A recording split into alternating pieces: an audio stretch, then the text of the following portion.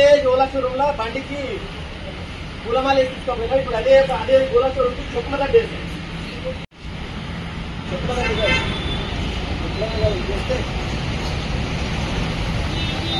నెల రోజుల నుంచి 20 సార్లు వచ్చినాను.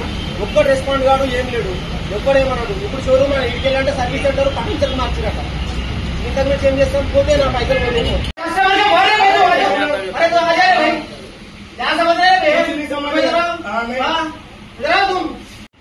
దీపావళి అయిపోయింది, మళ్ళీ దసరా అయిపోయింది, సంక్రాంతి వచ్చింది. వాళ్ళు సంక్రాంతి చేసుకున్నారు, దసరా చేసుకున్నారు, అన్ని సేల్స్ చేసుకున్నారు. ఏం వెహికల్? రెస్పాండ్ లేదు. Ola vehicle generation second, pro generation second.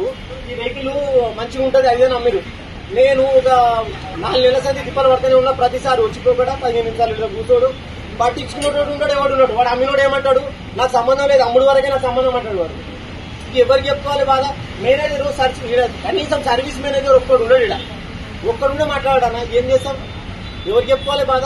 అందుకే రేపు పూలదండ వేస్తే చేస్తుండే. ఇప్పుడు నా బండికి పూలదండ వేసి తీసుకపోయినా, ఇప్పుడు చెప్పులదండ వేసేసి నా నిమిషం చెప్తాను. సామాన్యుడు ఇంతకంటే ఏం చేయలేడు కదా. వాడు ఓలా అనేటోడు పెద్ద 1000 కోట్ల టర్నోవర్ ఉన్నాడు, మనం ఏం చేస్తాడు?